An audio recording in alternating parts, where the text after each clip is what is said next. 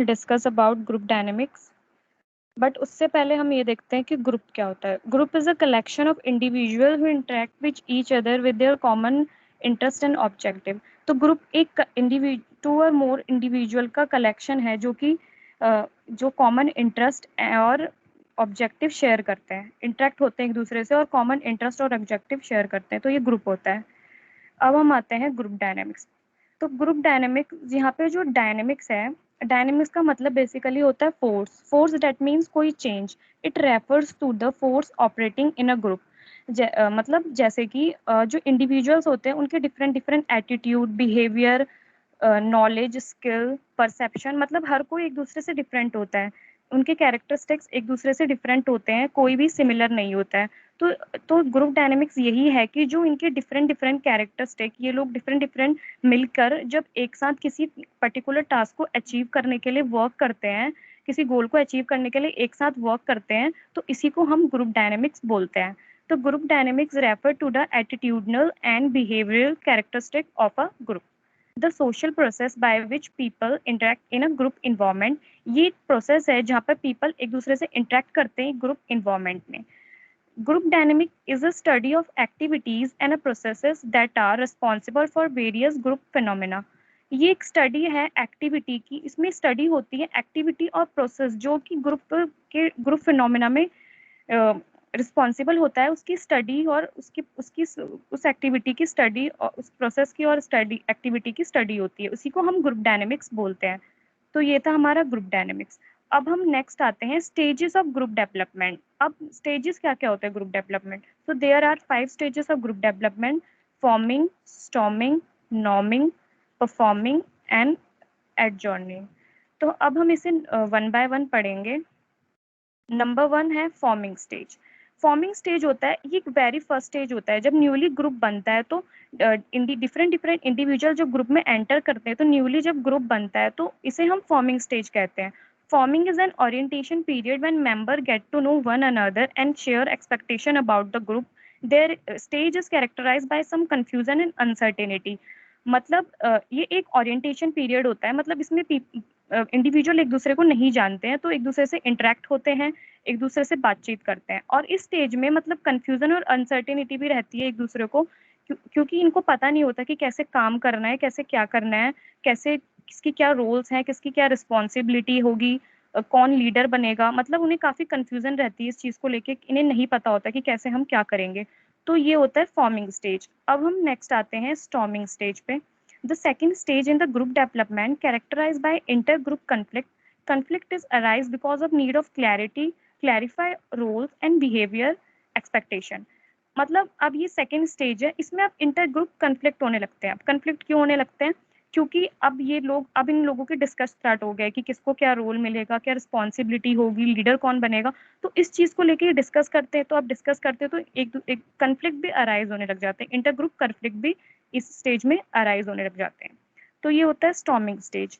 अब नंबर 3 है norming stage. The third stage in the group development characterized by close relationship and cohesiveness, strong sense of group, identify mutual trust and friendship.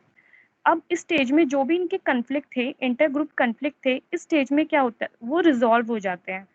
अब resolve हो जाते हैं और इनकी friendship हो जाती है। मतलब अब इनके इंटरपर्सनल रिलेशनशिप बन जाते हैं, इनकी म्यूचुअल ट्रस्ट इन लोगों के बीच में बन जाता है और फ्रेंडशिप हो जाती है। तो ये था नॉर्मिंग स्टेज। अब हम नेक्स्ट आते हैं परफॉर्मिंग स्टेज में। अब अभी तक तो जो नॉर्मिंग स्टेज तक क्या चल रहा था, अभी तक की मतलब डिस्कशन ही चल रहा था। मतलब जिस एक्चुअल वर्क के लिए इन लोगों ने जिसके लिए ग्रुप बनाया था, वो काम अभी तक स्टार्ट नहीं हुआ था। तो जो ये परफॉर्मिंग स्टेज है, ये जहाँ पे एक्चुअल वर्क टेक प्लेस होता है, जिस चीज के लिए उन्होंने ग्रुप बनाया था, जिस गोल को अचीव करने के लिए, अब इस स्टेज में ये लोग वो काम स्टार्ट करते हैं। तो in this stage the team realize its efficiency and utilize is to achieve established group goal. Group energy move to conflict to task accomplishment and actual work take place. मतलब अब ये लोग अपने टास्क को लेके काम करना स्टार्ट करते हैं, अपने वर्क प्रोग्रेस में लाते हैं, और जो इनका एक्चुअल गोल था उसको अचीव करने के लिए ये लोग इस परफॉर्मिंग स्टेज में काम करते हैं, और इन्हें जो भी इनका गोल था, जो भी टास्क था, वो सक्सेसफुली इस स्टेज में अचीव हो जाता है। तो ये परफॉर्मिंग स्टेज था। अब हम नेक्स्ट है 5 एडजॉइनिंग स्टेज। अब देखो, अब अगर ग्रुप परमानेंट होगा तो ये परफॉर्मिंग स्टेज तक ही ग्रुप रह जाएगा। अगर ग्रुप परमानेंट होगा तो परफॉर्मिंग स्टेज तक ही ग्रुप होगा। अब अगर नेक्स्ट कोई टास्क मिलेगा तो ये उसके ऊपर काम करेंगे। बट अगर ग्रुप परमानेंट नहीं है, टेम्पररी है, तो एडजॉइनिंग स्टेज में ये लोग क्या करेंगे, अपने जो इनका अब काम हो चुका है, जो भी इनको टास्क अचीव करना था वो अचीव हो चुका है, तो ये ग्रुप लीव कर लेते हैं। ये ग्रुप लीव कर लेते हैं। अब इस स्टेज में ये लोग हैप्पी भी होते हैं कि हाँ, इन लोगों ने जो भी टास्क था वो अचीव कर लिया है, और सैडनेस भी रहती है कि हाँ, अब इन लोगों को ग्रुप लीव करना पड़ा।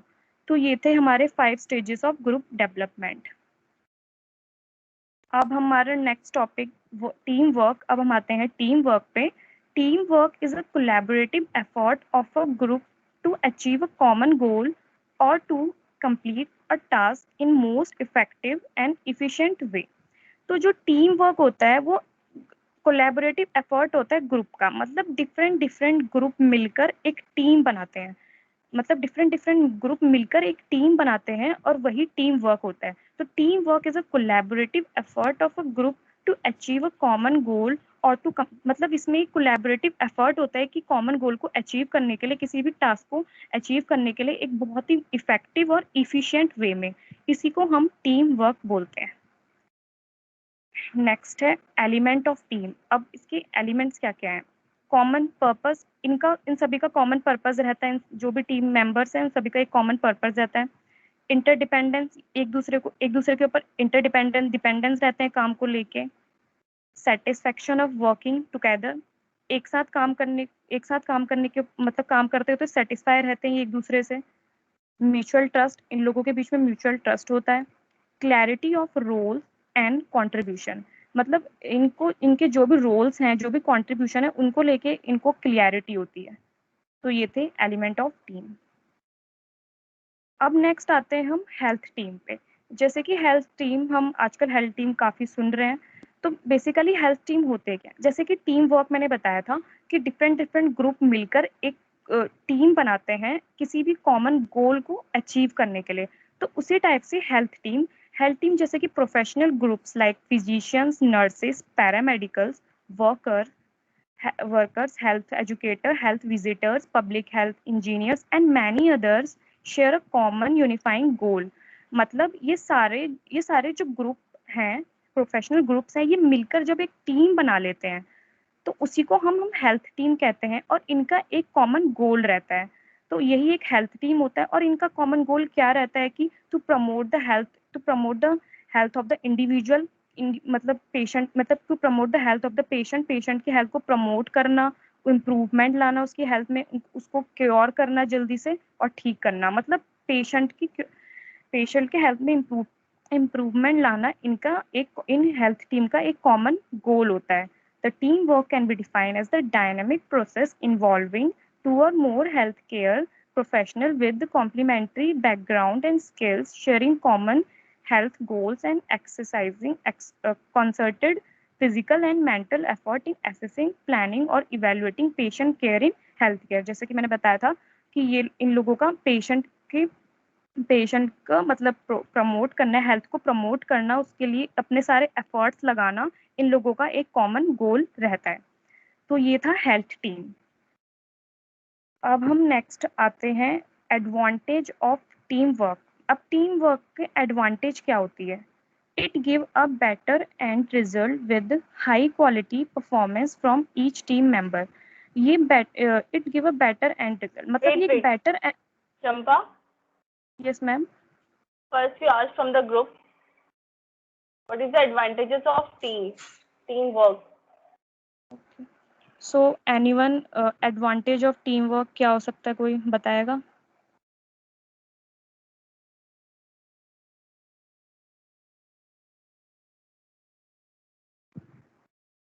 बताना है किसी को?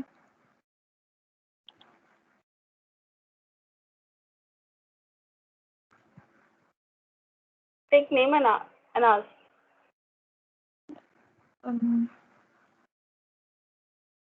Ma'am, Anyone. Team work gives better end result high quality performance, क्योंकि उसमें सारे ग्रुप के मेंबर काम करते हैं। हम और कुछ? Vanshika Pun. Vanshika Pun.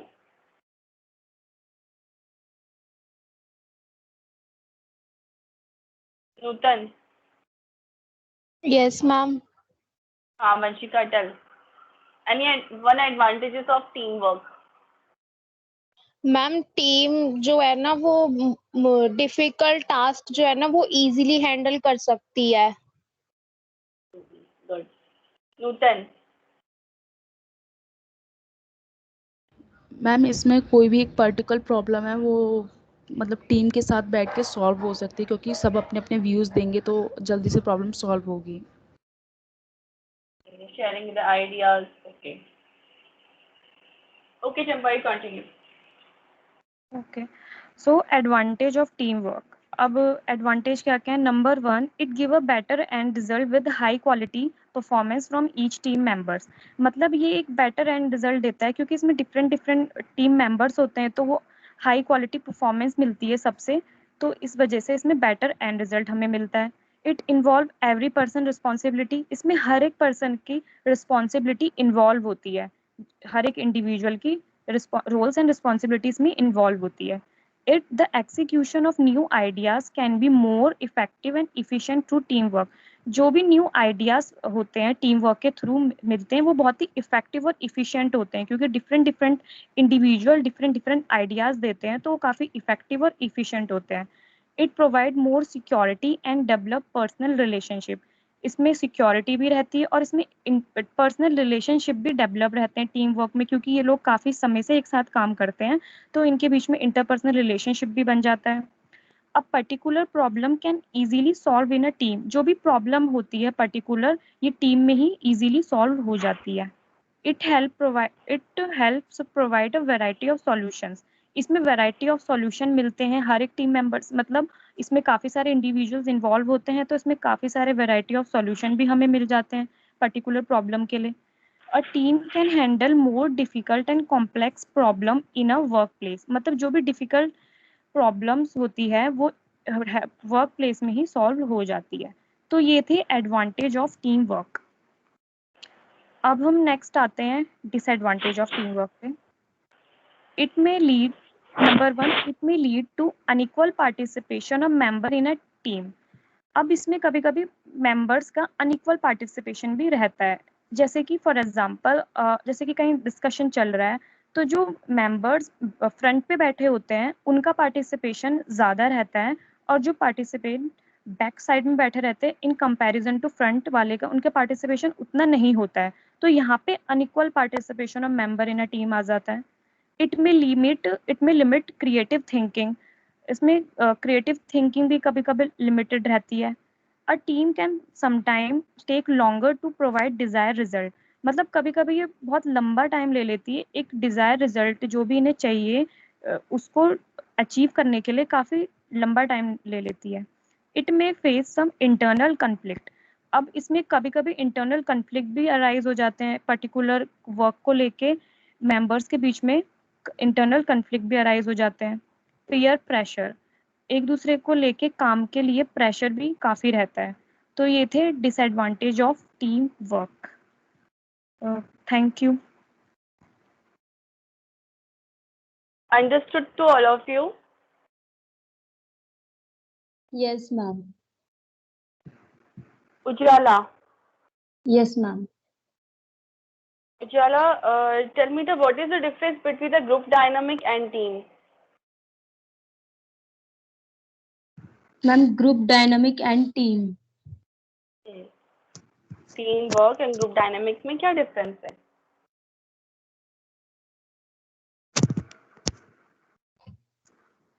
Ma'am team work तो ये है कि मतलब जितने भी हेल्थ केयर प्रोफेशनल हैं सब मतलब एक दूसरे को मतलब हेल्प करेंगे किसी भी टास्क को कंप्लीट करने में. Okay. Because all are having a share means they all are sharing their common goal, right? Yes, ma'am. Okay. And what is group?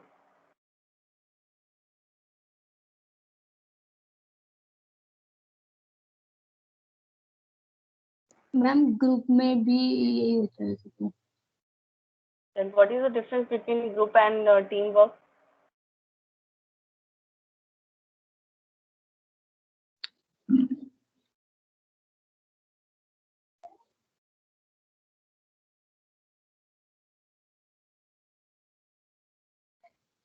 Pooja Karki.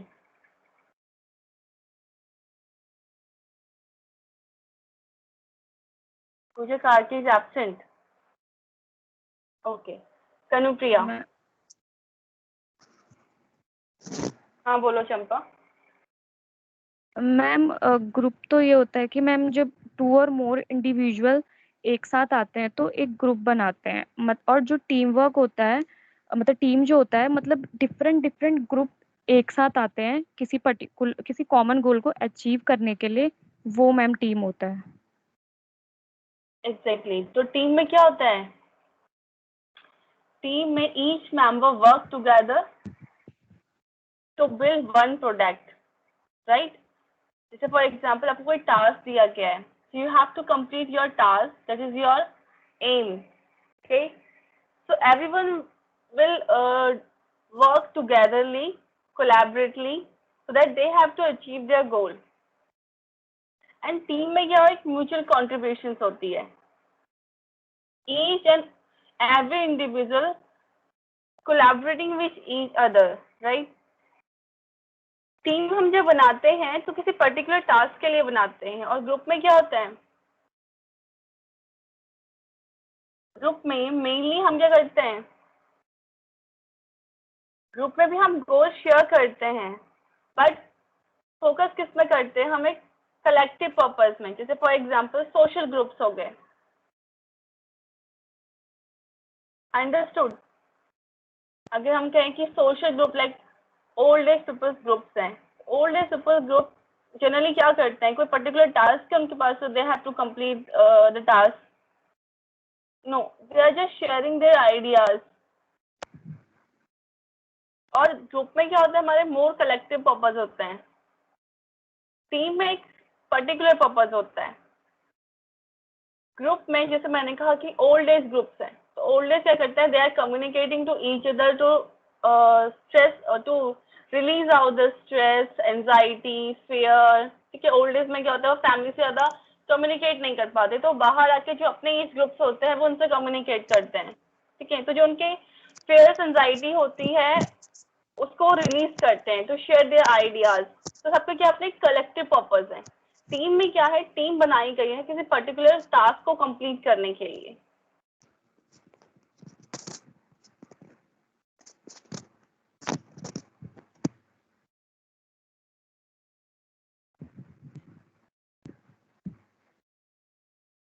Understood? Ma'am अगर हम कहीं ना कहीं देखें तो ग्रुप और टीम अगर हम both are same. Yes, both are same Yes, ma'am. Actually. वो इंटरचेंजेबल है, बट स्लाइट डिफरेंस है. क्योंकि ग्रुप हम उसे ही बोलते हैं लाइक स्मॉल चाइल्ड ग्रुप्स है, सोशल ग्रुप्स है. ठीक है, ये सोशल ओल्ड एज ग्रुप्स है, राइट? तो वो भी एक Yes, ग्रुप है, राइट? अगर हम उसे प्रोफेशनली देखें एक ग्रुप को, तो they both are interchangeable. Like team में भी हम एक पर्टिकुलर वर्क को कंप्लीट करने के लिए हम एक टीम डेवलप करते हैं. In a team everyone having a different responsibility, right?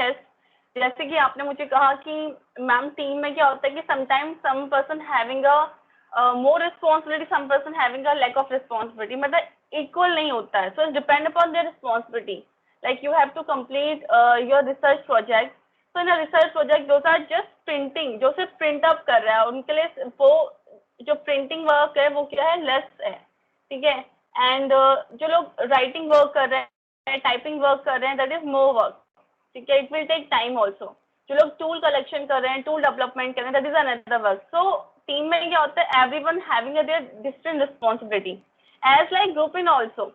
But team हमने क्यों बनाई गई है? एक पर्टिकुलर गोल को अचीव करने के लिए. अगर हम प्रोफेशनली कोई ग्रुप बनाते हैं तो अपने ऑर्गेनाइजेशन के गोल को अचीव करने के लिए हमने वो ग्रुप बनाया है. बट एक नॉर्मल लैंग्वेज में अगर हम ग्रुप देखते हैं तो ग्रुप किधर 2 and more पीपल जहाँ पे इन्वॉल्व जाते हैं, that is group, right? Ma'am बात तो तब भी वही हुई ना कि मतलब अगर हम डिफरेंस भी देख रहे हैं तो टीम का भी मेन वही चीज है और ग्रुप में भी वही चीज है कि दोनों का एक कॉमन गोल है, उन्हें वो अचीव करना है। तो मैम एक टीम को हम ग्रुप भी तो बोल सकते हैं। आई विल टेल यू, देखो फॉर एग्जाम्पल ग्रुप क्या है? ग्रुप इंडिपेंडेंट इंडिविजुअल से बना है, ठीक है, जो आपस में मीन्स कंबाइंड होते हैं, टुगेदर होते हैं, उसे हम ग्रुप कहते हैं, इंडिपेंडेंट इंडिविजुअल, ठीक है। जबकि टीम क्या है? टीम एक इंटरडिपेंडेंट इंडिविजुअल है। इंटरडिपेंडेंट मतलब कि जब तक कि एक कोई काम कंप्लीट नहीं करेगा तब तक दूसरे का काम कंप्लीट नहीं हो सकता, ठीक है, क्योंकि वो एक स्पेसिफिक गोल को अचीव करने के लिए उनकी टीम बनी है। ग्रुप में क्या है? ग्रुप अगर हम देखें तो अगर हम ग्रुप की अकाउंटेबिलिटी देखें दैट इज इंडिविजुअल, और जब टीम की अकाउंटेबिलिटी देखें तो वो इंडिविजुअल और म्यूचुअल है, ठीक है। ग्रुप में जनरली जो डिसीजंस लेते हैं वो ग्रुप मेंबर मिलके लेते हैं, क्या जितने भी ग्रुप मेंबर्स हैं वो मिलके एक डिसीजंस लेते हैं। टीम में एक लीडर होता है जो लीड करता है टीम को, ठीक है, और वो डिसीजंस लेता है। जैसे फॉर एग्जांपल अनदर हम कहें कि ग्रुप में क्या होता है कि अगर हम इंडिविजुअली ग्रोथ देखें, ठीक है, तो इसमें क्या होता है, लिमिटेड एप्लीकेशंस होती हैं। बट अगर हम टीम में देखें तो टीम में क्या होता है, स्किल डेवलपमेंट्स होती हैं, बिकॉज हर एक के अपने एक टास्क हैं। अगर हम ग्रुप में देखें तो ग्रुप जनरली इंडिविजुअल गोल फोकस करता है, जबकि टीम एक पर्टिकुलर टास्क फोकस करती है जो उन्हें अचीव करना है, जिसके लिए वो बनाई गई है। अंडरस्टूड? जैसे अगर हम कहें डिपेंडेंसी के बेसिस में, तो डिपेंडेंसी में इंटरडिपेंडेंट मेंबर्स हैं ग्रुप में, ठीक है, इंडिपेंडेंस मेंबर हैं, सॉरी, और टीम में इंटरडिपेंडेंस मेंबर हैं। ग्रुप में किसी का पर्टिकुलर स्पेसिफिक रोल नहीं होता, जबकि टीम में एक स्पेसिफिक रोल होता है। मैं ग्रुप और टीम की बात कर रही हूँ। जैसे हम जब एक कोई टीम बनाते हैं तो हम टीम बनाने के टाइम पे, जैसे हमने हेल्थ टीम बनाई, हेल्थ टीम में एक डॉक्टर होगा, एक नर्सेज होगी, एक मिडवाइफ्स होंगी, एक पीडियाट्रिशियंस होंगे और लेबोरेटरिशियंस होंगे, यानी कि ग्रुप क्या है, एक स्ट्रक्चर्ड है, सॉरी टीम एक स्ट्रक्चर्ड है जब हम टीम बनाते हैं। लेकिन ग्रुप क्या है? ग्रुप में कोई भी आ सकता है, वो अनस्ट्रक्चर्ड है।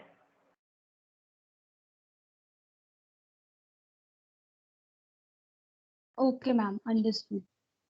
Understood? Yes ma'am. Okay okay, so understood this topic?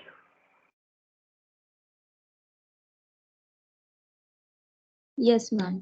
Yes. Okay, then who can summarize the topic?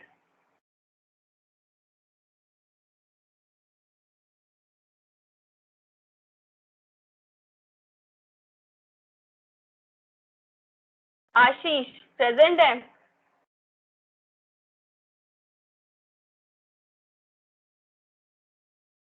Yes, Ashish Bharti.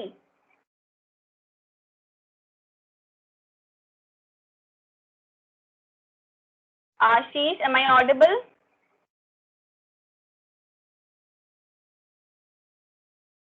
Kanupriya?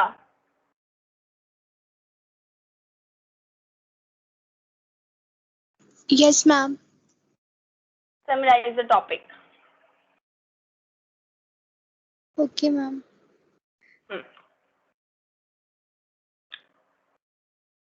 पर मैम मेरे को अभी भी कंफ्यूजन है ग्रुप डायनेमिक और टीम वर्क में।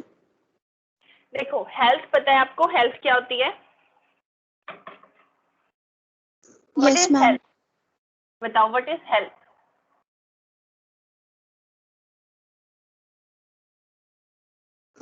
Tell me, what is health?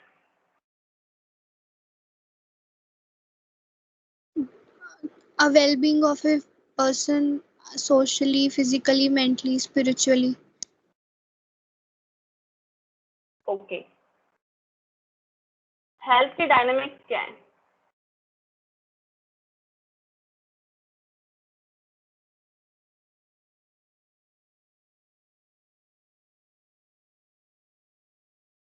What is the dynamics of health? Health dynamics क्या है?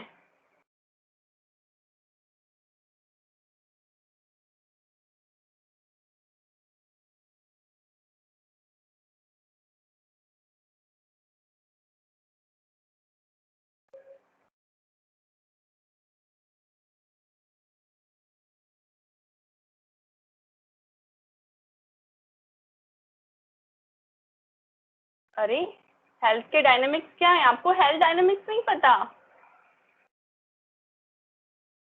काजल हेल्थ डायनेमिक बताओ।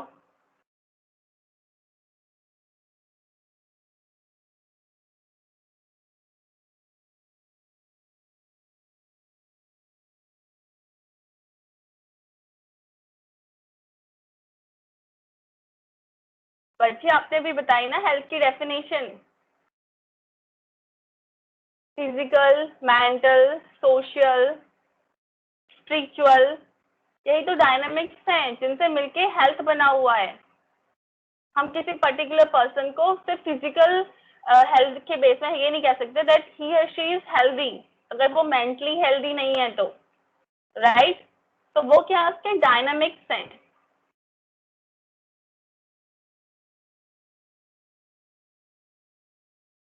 अंडरस्टूड?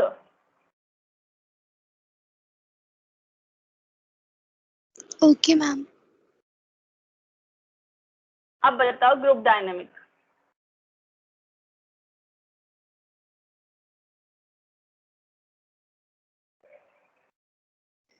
मैम जो ग्रुप डायनेमिक होता है वो स्टडी ऑफ ग्रुप्स होता है और उसके जो प्रोसेस होता है, जो डेवलपमेंट स्टेज होती है वो उसकी 4 स्टेजेस होती हैं, forming phase, storming phase, norming phase and performing phase. अब रुको, फॉर एग्जाम्पल देखा होगा आपने लॉकडाउन में अभी तो खैर सोशल डिस्टेंसिंग बहुत ज्यादा है, और लास्ट ईयर, अगर मैं इस बार की बात ना करूँ, लास्ट ईयर क्या था जब स्टार्टिंग में लॉकडाउन हुआ था, तो जो जैसे हम लोग जब घरों में चले गए थे तो we are at that time very free actually, हमारी क्लासेस भी स्टार्ट नहीं हुई थी, हम लोग फ्री हो गए थे। तो हम लोगों ने क्या किया था, कुछ लोगों ने योगा क्लास ज्वाइन कर लिया, क्लास ज्वाइन नहीं किया, योगा करना स्टार्ट कर दिया, ठीक है। कुछ लोगों ने बैडमिंटन खेलना स्टार्ट कर दिया, है ना। तो जो लोग योगा ज्वाइन कर रहे थे, जैसे मेरे नेबर में क्या था कि वन पर्सन ने बोला चलो ठीक है मॉर्निंग में योगा स्टार्ट करते हैं, अब तो हम फ्री हैं। तो पहले दिन 2 लोग आए, दूसरे दिन 4 लोग आए, तीसरे दिन 6 आए, 10, 15, इस तरह से एक ग्रुप बन गया। तो उन सबका जो गोल था, ठीक है, वो क्या था, एक ग्रुप बनाना। ग्रुप में क्या कर रहे थे, सब लोग योगा कर रहे थे मिलके, लेकिन हर एक का एक इंडिविजुअल परसेप्शन है, इंडिविजुअल गोल है उनका अपना। अंडरस्टूड? समझ में आया? जिसमें क्या करते हैं वो इंटरेक्शन करते हैं ना, यस इंटरेक्ट मैम। करते हैं, जो भी उन्हें प्रॉब्लम्स होती है वो अपनी अपनी शेयर करते हैं। उसमें कोई टीम लीडर नहीं है या किसी को पर्टिकुलर टास्क नहीं दिया गया है। उसमें क्या कर रहे हैं वो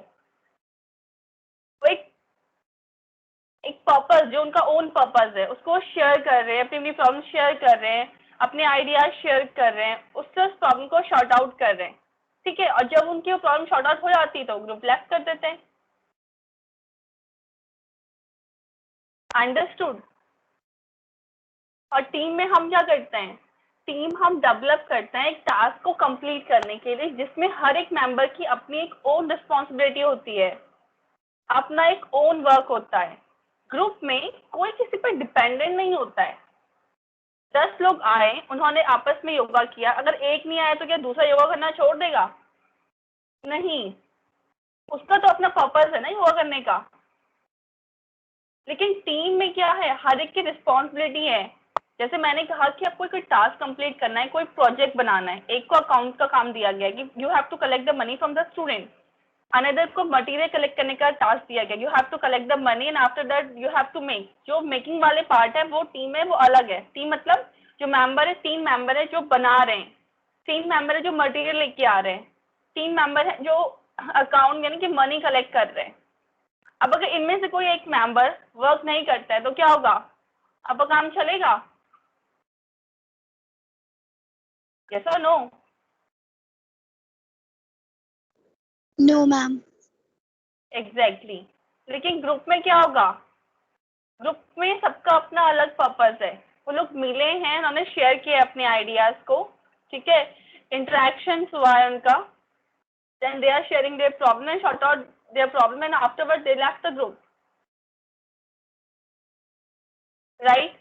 जैसे हम व्हाट्सएप में ग्रुप बनाते हैं, आपने देखा होगा बहुत से साइट है यहाँ पे हम क्लॉथ्स लेते हैं या फिर बहुत सी एक्सेसरीज मिलती है, उसमें ग्रुप बनाते हैं, उसके ऊपर लिखा जाता है group.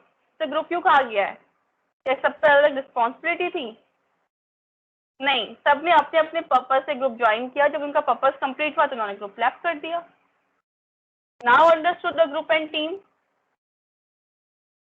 Yes, ma'am. Okay, now you have to summarize the topic. Firstly, you have to summarize the topic. Then who will next? Dipti will start the next slide. Okay. Deepa. उसके बाद मैम टीम वर्क आता है। Team work एक collaboration होता है group का, जिसमें सब लोग आते हैं और काम करते हैं with different responsibilities but to achieve the goal. और उसके एलिमेंट, यस मैम, और उसके फिर एलिमेंट्स होते हैं। एलिमेंट्स आते हैं, इंटरडिपेंडेंसी होता है, म्यूचुअल ट्रस्ट होता है, क्लैरिटी ऑफ रोल होता है, कॉमन पर्पस होता है और सेटिस्फेक्शन होता है, वर्किंग टुगेदर। ये उसके टीम के एलिमेंट्स होते हैं। उसके बाद आता है हेल्थ टीम। हेल्थ टीम का मतलब है जो हेल्थ को प्रमोट करते हैं, वो सारे मेंबर्स को हेल्थ टीम बोला जाता है। जैसे कि nurses, doctors, paramedic staff, ward boy, वो सारे हेल्थ टीम मेंबर्स हैं। उसके बाद एडवांटेजेस होते हैं टीम वर्क के और कुछ डिसएडवांटेजेस होते हैं। एडवांटेजेस होते हैं कि हम बहुत जल्दी कोई भी टास्क कंप्लीट कर पाते हैं विद एक्यूरेसी। सबकी अपनी अपनी डिफरेंट रिस्पॉन्सिबिलिटीज होती हैं, वर्कलोड थोड़ा कम भी हो जाता है। और न्यू आइडियाज, मतलब न्यू आइडियाज हम ले सकते हैं। और जब बहुत सारे लोग एक साथ मिलकर काम करते हैं तो हम प्रॉब्लम भी जल्दी सॉर्ट आउट कर सकते हैं। We have different solutions. And disadvantages of team work होता है कि maybe it may limit the creative thinking, और कुछ कन्फ्लिक्ट्स हो सकते हैं, या फिर कोई अनइक्वल पार्टिसिपेशन हो सकता है। जैसे किसी को ज़्यादा काम मिल जाता है, कभी किसी को हम रिस्पॉन्सिबिलिटीज होती हैं। तो ये डिसएडवांटेजेस होते हैं टीम वर्क के। Okay. Okay, Kanupriya, good. Next, who is next? Deepa or Dipti? Ma'am Deepa. Deepa. Deepa, okay, start the presentation. Share your screen also. Okay ma'am. Okay.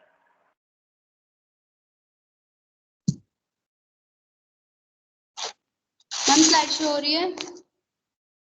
हाँ बच्चे, इसे फुल स्क्रीन कर लो आप। Yes, okay.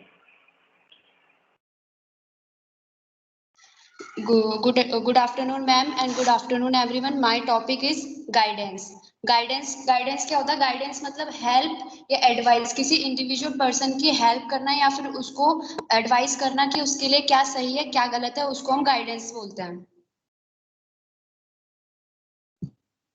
उसके बाद हम पढ़ेंगे meanings of guidance. Meanings of guidance में literally guidance means to direct, to point out, to show the path.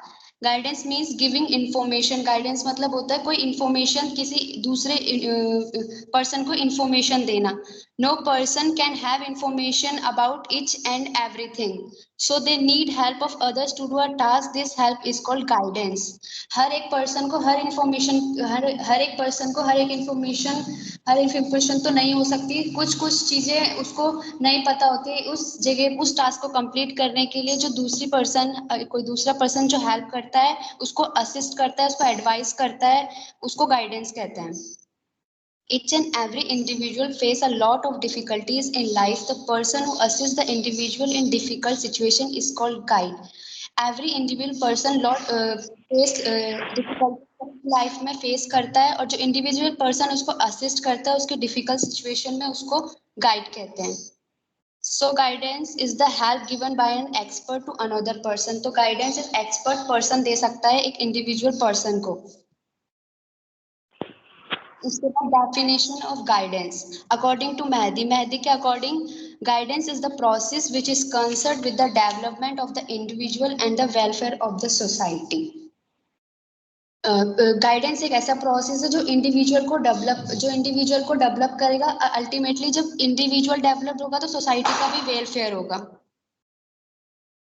उसके बाद अकॉर्डिंग टू जे.एम. ब्रीवेर के according guidance is a process through which an individual is able to solve their problems and pursue a path weighted to their abilities and aspiration. Guidance एक ऐसा process है जो किसी individual की problem को solve करता है और उसको उसकी एबिलिटीज को आगे बढ़ाता है। देन उसके बाद प्रिंसिपल ऑफ गाइडेंस, 8 प्रिंसिपल होते हैं गाइडेंस के। First principle of uniqueness, uniqueness में क्या होता है, हर एक पर्सन यूनिक होता है। प्रिंसिपल ऑफ गोल ओरिएंटेड में होता है कि हर एक पर्सन का इसमें जो गाइड देता है उसका एक गोल होता है, उसको अचीव करता है। प्रिंसिपल ऑफ प्रोफेशनल सर्विस में एक अच्छा प्रोफेशनली गाइड कर सकता है। प्रिंसिपल रिलेबल डाटा, हम जिस पर्सन को गाइड कर रहे हैं उसके बारे में हमें सारी इंफॉर्मेशन पता होनी चाहिए। प्रिंसिपल अटेंशन, हमें सबको गाइड करना चाहिए। प्रिंसिपल ऑफ रिस्पॉन्सिबिलिटी, और रिस्पॉन्सिबिलिटी क्या होती है। प्रिंसिपल एथिक्स मतलब उसके रूल और उसके क्या रूल होने चाहिए। लास्ट प्रिंसिपल ऑफ प्लानिंग, उसकी क्या प्लानिंग होनी चाहिए। पहले हम पढ़ेंगे principle of uniqueness. Each and every human is unique, हर एक पर्सन यूनिक होता है। Every individual has its own abilities, interest, personality traits, values, attitudes extra. हर एक इंडिविजुअल की अपनी एबिलिटीज होती है, अपना इंटरेस्ट होता है, अपना एटीट्यूड होता है, वैल्यूज होते हैं। This fact is to be taken into consideration while providing guidance to a student. इन सबको कंसिडर करते हुए हम उस स्टूडेंट को गाइडेंस प्रोवाइड करना चाहिए। जैसे एक पर्सन को क्रिकेट में इंटरेस्ट है और उसको पढ़ाई में उतना इंटरेस्ट नहीं है, वो अपना ज्यादा टाइम अपने क्रिकेट में ही बिताता है और पढ़ाई पे इतना नहीं होता, तो हम उसको उस तरीके से उसकी जो एबिलिटीज है, उसका जो इंटरेस्ट है, उसको देखते हुए उसको ऐसे गाइड करेंगे ताकि उसका जो पढ़ाई में कंटिन्यूअसली वो अपनी पढ़ाई भी कर सके और साथ साथ अपने क्रिकेट का वो भी कर सके। अब उसकी कैपेबिलिटी के अकॉर्डिंग उसको गाइडेंस प्रोवाइड करेंगे। उसके बाद प्रिंसिपल ऑफ गोल डायरेक्टेड या फिर goal oriented. Goal setting is an important endeavour of guidance and counselling. जो गाइडेंस है उसका गोल ओरिएंटेड होता है, एक पर्टिकुलर गोल रखा जाता है और इंडिविजुअल के द्वारा उस काम को करने के लिए हम गाइडेंस प्रोवाइड करते हैं उसको प्रॉपरली अचीव करने के लिए। Setting realistic goals and working towards the same is one of the basic requirements in any guidance and counseling situation. ऐसे गोल सेट करने हैं जो हम अचीव कर सके और उस पे काम करते रहना। The basic requirement in any guidance and counseling, उसको अचीव कर सके।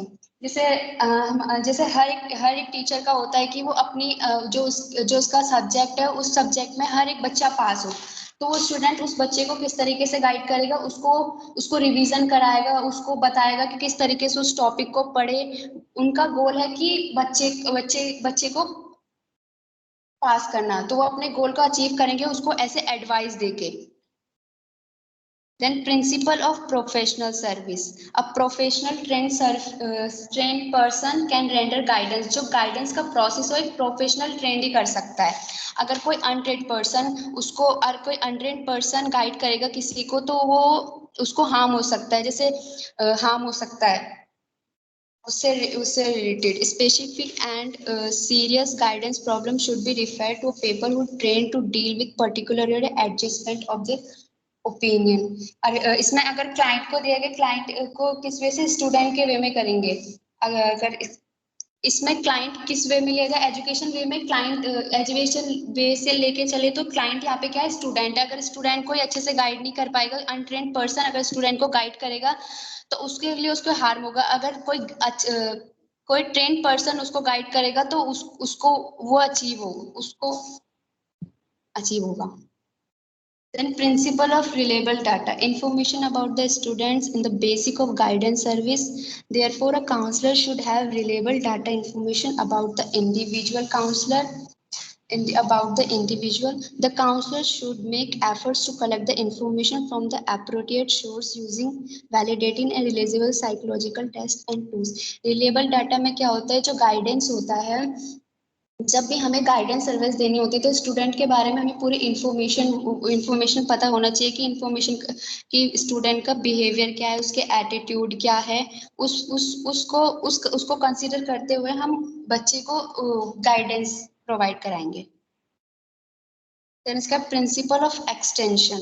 Guidance service should not be limited to maladjusted individuals. It should be provided to all types of children. It will be of great use to devote attention to normal and superior children, also for making an attempt to stimulate their intellectual growth.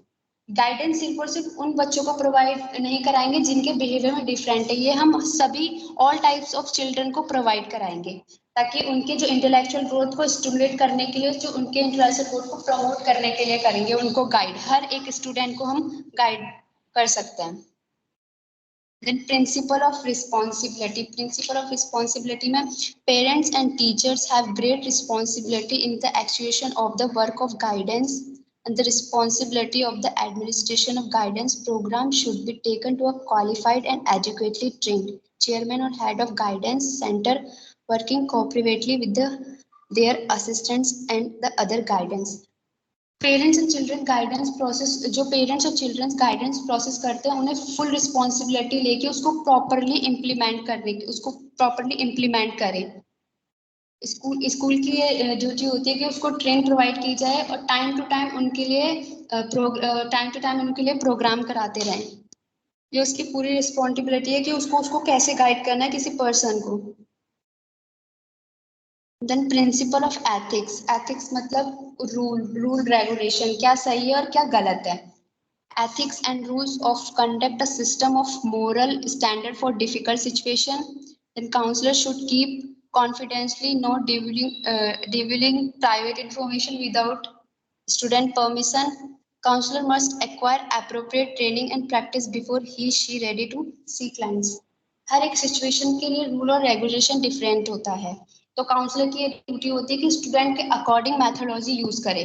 जो भी data वो student से collect कर रहे हैं, अपने student से collect कर रहे हैं उसमें उसे कॉन्फिडेंसली रखे और उस डाटा को किसी के साथ शेयर ना करे without student permission.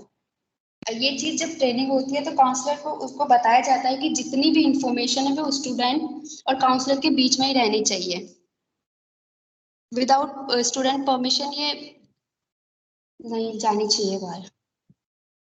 Then principle of planning.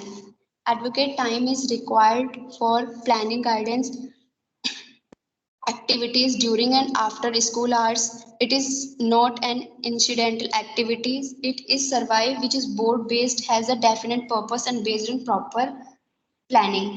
जब भी हमें गाइडेंस सर्विस देनी होती है स्टूडेंट के बारे में इंफॉर्मेशन, एडवोकेट टाइम गाइडेंस को पहले प्रॉपरली प्लान करना बहुत ज्यादा जरूरी होता है। और ये गाइडेंस प्लानिंग के लिए उसके लिए हमें पहले प्लानिंग करनी है कि उससे क्या गाइडेंस प्रोवाइड कराएंगे। देन उसके बाद टाइप्स ऑफ गाइडेंस। 3 टाइप्स के गाइडेंस होता है। Personal guidance, educational guidance, vocational guidance. Personal guidance ये होता है कि किसी को उसके पर्सनल प्रॉब्लम से रिलेटेड गाइड करेंगे, तो पर्सनल में एजुकेशन से रिलेटेड भी कर सकते हैं और उसके करियर से रिलेटेड भी उसको गाइड कर सकते हैं। और एजुकेशन में उसको एजुकेशन से रिलेटेड गाइड करेंगे और वोकेशनल में उसको उसके करियर से रिलेटेड गाइड करेंगे। पहला first personal guidance. Personal term is related to a person. इसमें पर्सन का मतलब है कि एक पर्सन से रिलेटेड किया गया। जो पर्सनल गाइडेंस जो है वो एक ऐसी टर्म है जिसमें एक इंडिविजुअल से रिलेट करते हैं कि उसकी जो कैपेसिटी है उसको डेवलप करने के लिए उसे गाइड किया जाता है। It refers to understanding of a person, belief, knowledge and problems. It refers to person की अंडरस्टैंडिंग होनी चाहिए कि उसको कितनी नॉलेज है, उसको क्या प्रॉब्लम है और उसके क्या बिलीफ्स है। उन सबको कंसीडर करते हुए हम उस पर्सन को गाइड करेंगे, उसको पर्सनल गाइडेंस कहते हैं। According to Crow and Crow के according personal guidance refers to help given to an individual towards a better adjustment in the development of attitudes and behavior in all areas of life. तो that person अपनी life में adjustment कर पाए। सो जो इसलिए किस वजह से गाइडेंस हेल्प करता है कि कोई पर्सन है जो अपनी लाइफ में एडजस्टमेंट कर पाए, प्रॉपरली अपना एटीट्यूड डेवलप हो, उसका बिहेवियर भी प्रॉपर हो। अगर उसका बिहेवियर उसका प्रॉपर नहीं होगा, अगर एटीट्यूड उसका डेवलप नहीं होगा, तो डेफिनेटली वो सोसाइटी में अच्छे से सर्वाइव नहीं कर पाएगा। तो इसलिए उसको गाइड करके समझा दिया जाता है कि उसके लिए क्या गुड है और क्या बैड है, और वो अपनी लाइफ में आने वाली हर प्रॉब्लम को किस तरीके से ठीक करे, उसको पर्सनल गाइड कहते हैं। इसमें एजुकेशन से रिलेटेड भी हम गाइड कर सकते हैं और वोकेशनल गाइडेंस से भी।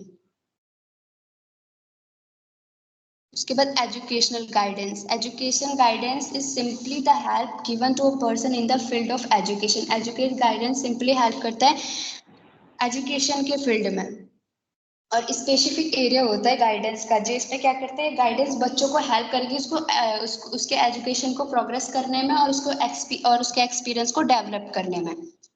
अकॉर्डिंग टू हैमरिंग एंड इकर्सर, education guidance offers methods of diagnosing the abilities, interests, background and need of individual student. Education guidance help करता है बच्चे की एबिलिटीज पे, बच्चे का इंटरेस्ट क्या है, उसका बैकग्राउंड क्या है, और इंडिविजुअल बच्चे की क्या नीड है। जैसे हम कोई हिस्ट्रिकल प्लेसेस में जाते हैं, तो वहाँ पे हमें एक पर्सन गाइड करता है और हमें हिस्ट्री के बारे में बताता है सारी इन्फॉर्मेशन। तो एजुकेशनल गाइडेंस में वो हमें गाइड कर रहा है, किससे रिलेटेड, एजुकेशन से रिलेटेड गाइड कर रहा है, वो हमें हिस्ट्री के बारे में बता रहा है, उसको बोलते हैं educational guidance. Then vocational guidance. Vocational is the occupation. Occupation होता है कोई काम या स्किल जो पर्सन सिखाता है, ये followed by the individual to earn money. ये हर एक इंडिविजुअल इसको फॉलो करता है फ्यूचर में इनकम अर्न करने के लिए। According to national vocational guidance bureau, vocational guidance is assist to given to an individual to choose the occupation, prepare for it, enter upon it and progress in it. vocational guidance एक assistant है जो कि individual किसी दूसरे individual, कोई जो expert person है वो दूसरे इंडिविजुअल पर्सन को गाइड करता है कि वो अपने ऑक्यूपेशन चूज करे, उसके लिए प्रॉपरली प्रिपेयर हो और उस पर काम करे और प्रोग्रेस करे। इसमें उसके करियर से रिलेटेड हम उसको गाइड करते हैं कि जैसे 10th के बाद हम कौन सी स्ट्रीम ले, 3 स्ट्रीम होती है हमारे पास, साइंस, कॉमर्स और आर्ट्स। उसको गाइडेंस करेगा कि उसको उसके रिलेटेड से करियर से उसको गाइडेंस करेगा कि उसको ऐसे गाइडेंस करेगा कि वो अपने वोकेशनल से हो करे, उसको बोलते हैं vocational guidance. Then characteristics of guidance. पहला पर्सनल असिस्टेंस। इसे प्रोफेशनल, जो पर्सनल असिस्टेंट में करता है इसे प्रोफेशनल ही कर सकता है, एक प्रोफेशनल पर्सन ही इसको कैरी आउट कर सकता है। Can be render to any person of any age, कोई भी, हम किसी भी पर्सन को गाइड कर सकते हैं। Developing the capacity of self direction, then to prepare individual for their future life, और हर एक इंडिविजुअल को प्रिपेयर करता है उसकी फ्यूचर लाइफ के लिए। Helping a person in adjusting to themselves, to others and his own peculiar environment। ये गाइडेंस हेल्प करता है पर्सनालिटी एडजस्टमेंट में, एडजस्टमेंट में इंपॉर्टेंट रोल है गाइडेंस का। प्रोफेशनल के एज वेल एज वो उसके बिहेवियर की, सोशल इन्वायरमेंट प्रॉब्लम भी सॉल्व करता है। Every problems of human life are taken into consideration. Human life की जो कोई भी प्रॉब्लम है उसको उस सारी प्रॉब्लम को गाइडेंस, उसकी सारी प्रॉब्लम्स उसको गाइड करता है, उसकी सारी प्रॉब्लम्स को सॉल्व करता है। Thank you.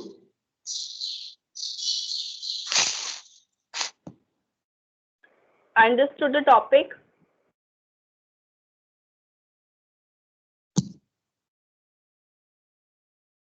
Understood the topic, student? Yes, ma'am. Having any doubt?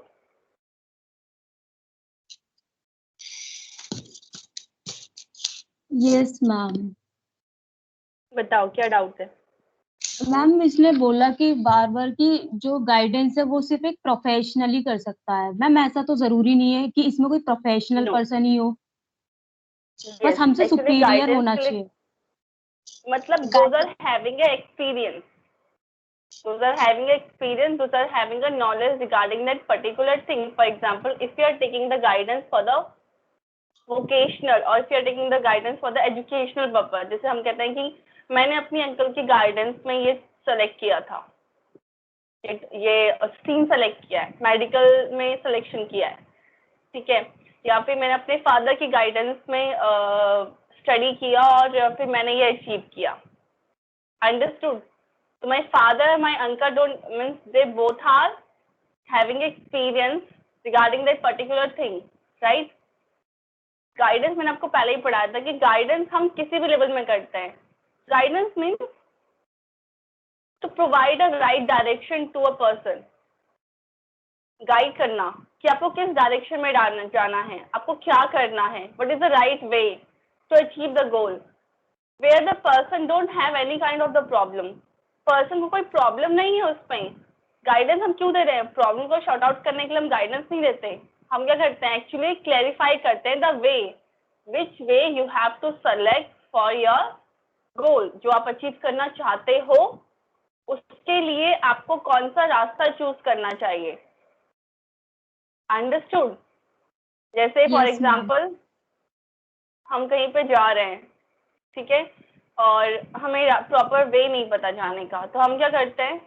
कोई गार्ड होता है तो उससे पूछते हैं कि यहाँ से मुझे लेफ्ट जाना है इस प्लेस के लिए या राइट जाना है. तो मैंने उससे इसलिए पूछा बिकॉज वो पर्टिकुलर एरिया का गार्ड है, उसे वहाँ की रूट पता है. बट दैट नॉट मीन कि वो एक प्रोफेशनल पर्सन है कि गाइड करने के लिए ही, but he or she having experience regarding the particular thing. Counseling is given by the professional person only, because in a counseling session, when we are conducting a counseling session, when the person having any kind of problem. Understood? जैसे educational counseling की जाती है, when the student are not adjusting with the new syllabus and they are decided like to left this course, okay, कोई भी course अगर से join किया उसको बहुत ज्यादा प्रॉब्लम आ रही है, he or she can't understood the medical terms. बहुत सारे ऐसे होते हैं जो MBBS लेफ्ट कर देते हैं, जो नर्सिंग लेफ्ट कर देते हैं, because they don't understood, they feel like more burden, ठीक है, in medical side. So that time we counsel the person. Sometimes they are not adjusting in a clinical environment. They are very well adjust with the theoretical part, but वो clinical side adjust नहीं कर पाते, ठीक है. So we उस time पे हम करते हैं स्टूडेंट की काउंसलिंग करते हैं. तो उनको क्या है? एडजस्टमेंट प्रॉब्लम है. Problem is not related to their mental status, the problem is related to their adjustment. Like कभी कभी क्या होता है कि कोई प्रॉब्लम्स हो, जैसे फॉर एग्जांपल HIV पेशेंट्स हैं, ठीक है, तो HIV पेशेंट की काउंसलिंग की जाती है. काउंसलिंग की जाती है कि जिस प्रॉब्लम से वो सफर कर रहे हैं उसके लिए क्या क्या चीज अवेलेबल हैं, ठीक है, उन्हें इंफॉर्मेशन दी जाती है. और काउंसलिंग सेशन में देखो जिसको प्रॉब्लम है उसी के पास सॉल्यूशन होता है. अंडरस्टूड? हम सिर्फ उसे एक डिफरेंट वे प्रोवाइड करते हैं कि आप ऐसा करोगे तो आपको ये मिलेगा, अगर आप इस वे में जाओगे तो आपको ऐसे आपके अपने सॉल्यूशन को आप शॉर्ट आउट कर सकते हो. तो जो पर्सन होता है एग्जैक्टली डिसीजन मेकर वही है, ठीक है.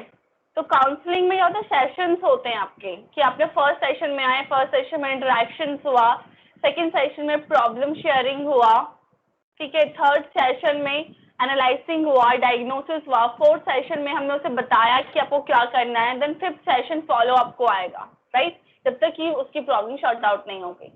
और गाइडेंस में क्या करते हैं? हम उसे गाइड करते हैं. We have to provide the information regarding the which is the best way for you. Understood? Yes, ma'am. Clear है. Okay, so understood to all of you? Yes, ma'am. Yes, ma'am. Okay, then tomorrow who having presentation? Ma'am Deepti. Deepti and Jyoti. Jyoti Gautam. Yes, ma'am. Jyoti Gautam is present. I think he is absent. She is Ma'am, absent she's last absent. 3 a month, right? Who is the next roll number?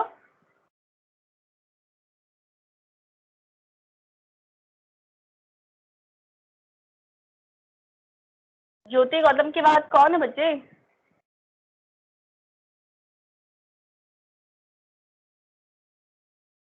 Kajal. Kajal. Kajal present है इसमें, roll number नहीं पता आप लोगों को अपने? काजल present है? काजल are you present?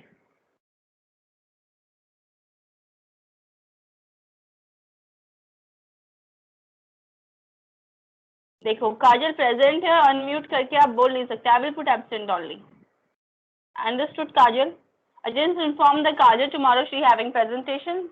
She have to give the presentation, okay?